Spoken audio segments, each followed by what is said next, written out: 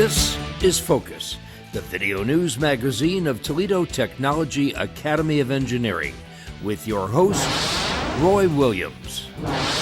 Take a look at these drawings, all done by hand, and they're the work of a TTA 8th grader who has parlayed his talent into an awesome position in a corporate program. I'm Andrew Cook. Jaxon Brobst is a TTA 8th grader with an amazing talent. A talent that has earned him a place in the outreach and development team at General Motors in Detroit. I sat down with Jaxon to talk about his incredible program and his equally incredible talent. I'll show you Cars by Design. How much do you know about coding? Do you have any interest in 3D printing? If either of these disciplines appeals to you, then there are two new clubs at TTA. Our position as a high-tech school carries over to our extracurricular activities. This year, there are two new clubs that involve technology, and they are coding and 3D printing. I'm Ray Friedel, and let's go clubbing. Cabin fever is this mythical ailment that people tend to get in the middle of a winter when you're snowbound and you're tired of the sub-zero temperatures. I'm Liam Close. Student Council really came through this year with a great party that included dancing, casino games, karaoke, and a variety of games in the gym. In the cold of February, there's no ball like a snowball. Those stories and our own Liam Close had one of the leading roles in a recent production of the Broadway hit Les Miserables. Now, from the campus of Toledo Technology Academy of Engineering in Toledo, Ohio, here's your host, Roy Williams. Welcome to the February edition of Focus. How artistic are you? Do you have a flair for drawing, or are you like me who can barely draw stick figures? One 8th grader has an amazing talent, and that led him to working with General Motors creative professionals to learn to design cars. Focus reporter Andrew Cook sat down with Jaxon Brobst to get his story of Cars by Design. Take a look at these drawings. They look like photographs, but they are actually the freehand work of a TTA 8th grader who is working with General Motors in automotive design. Jaxon Brobst drew all of those by hand, and that talent earned him a spot in the outreach and development team at GM Design. What an amazing honor and talent. Currently, Jaxon is working on a fashion-forward project for GM, and because it's proprietary, we can't show you the work quite yet, but we can show you his previous awesome design work. The GM project starts with Jaxon picking a designer brand, creating a blueprint, then designing a totally new GM vehicle from the ground up. What Jaxon draws is considered photorealism, because the finished art is so realistic looking that it mirrors a photograph. He only uses pencils and markers to create these super realistic drawings. Jaxon, tell us a little bit about your interest in cars and how you got started drawing them. So I got the inspiration to draw cars from being raised around racetracks and stuff in my dad's cars. And then I just started drawing his cars and cars that were around and I've seen a lot. The program you're in has high school students from 7th grade through seniors. You must be one of the youngest in the program. How does that make you feel? It makes me feel good about myself. It makes me feel more accelerated, and it seems as if some of the people in the program, like the mentors, are stricter and more harsh on me and critiquing me to help me improve and get better. How did you get started drawing, and do you draw something other than cars? So I started drawing by drawing like video game characters and other things and sort of cartoons, and then my dad actually inspired me to start drawing cars. Since I was around cars a lot, that was pretty much everything me and my family did was cars, so I started to draw cars and got better and better at it. And then now I also do a little bit of like sketching, like characters and other stuff. Although you have a few years to go before you graduate from TTA, what do you hope to do for a career? Is car design in your future? Yeah, I 100% think car design would be in my future. It's something I really love and I want to pursue it. And I love the idea of improving and getting better at it because there's essentially no limit. You can go from doing something like concept cars to making the next common vehicle anybody could drive on the road. Jaxon works remotely this year because there wasn't room for him at the in-person group at the Warren, Michigan Design headquarters, but he has high hopes that he will be invited to go in person next year. In addition to drawing for fun, Jaxon has been commissioned to do a few drawings for clients. It's remarkable that he was selected to participate in the GM program, and for sure this artist is going places. Reporting for Focus, I'm Andrew Cook. Every year, St. Ursula High School produces a major musical that rivals any local theater group.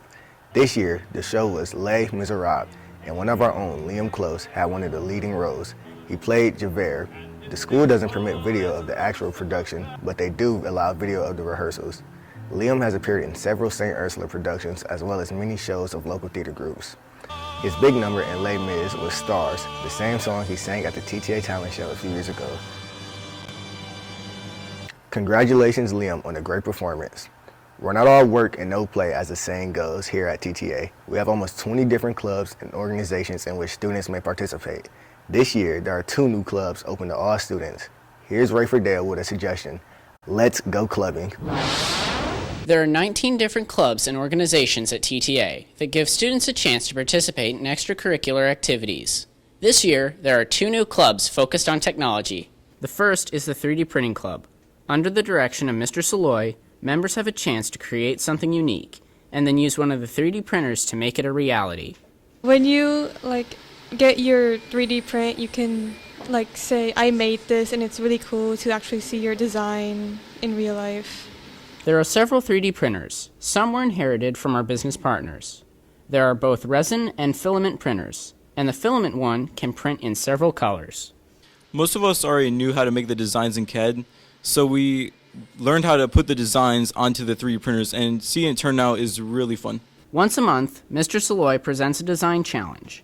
Then the rest of the month, they are allowed to create their own designs. Students can work individually or together to create something as unique as this, and they're able to keep what they create. All the cool, really cool things that you make here, and also everything you make, you get to keep for yourself. The second new club this year is the Coding Club. Students meet after school to learn all about computer coding and to practice their skill set. Mrs. Jacobs started the club because a number of students expressed interest in learning different coding languages. In the beginning, she asked them to identify their main interests and then organize them into groups so they could work together. I last year started doing a lot of code with my 8th graders and saw a lot of proficiency in the students in coding, and some kids had an interest in coding club, and they kept asking me, can we have a coding club? How can we get a coding club? And I actually said to Tristan Holmes, who was just an 8th grader, I said, hey, you want to help me write a proposal? We'll turn it in. And he wrote it up, and it got approved, and it has grown. We're up to 30 kids. It's just a group where anybody can work on a project that they are really passionate about while also allowing people who know how to code to help them along the way.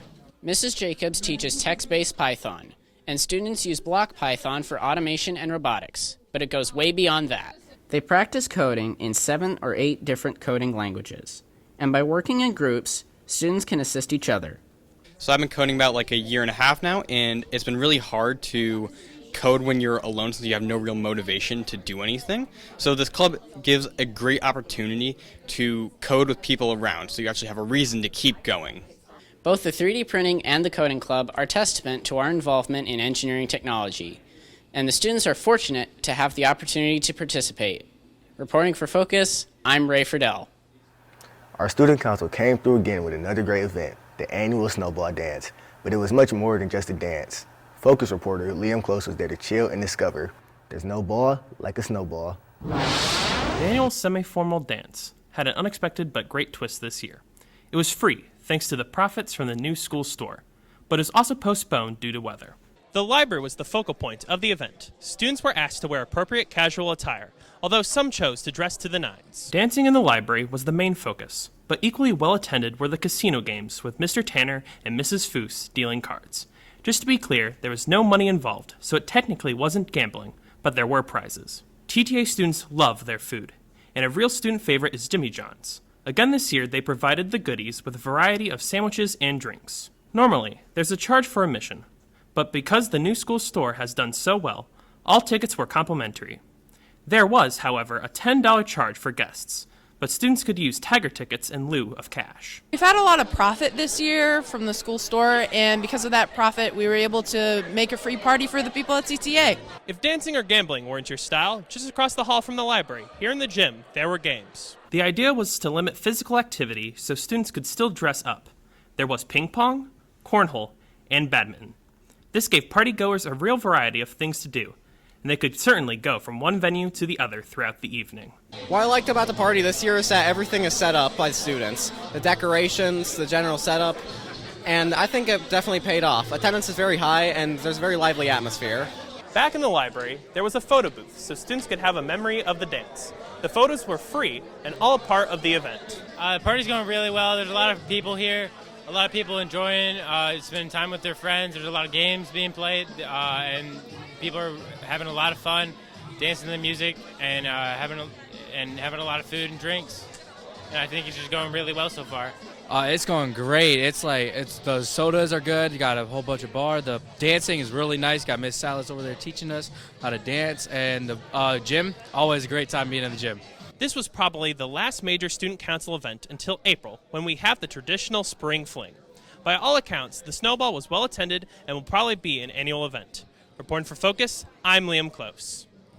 Well, that's all for this edition of Focus. If you are watching on YouTube, please give us a like and subscribe to our channel. And if you have any story suggestions, let us know. We're always looking for interesting news stories. Until next time, I'm Roy Williams. Thanks for watching.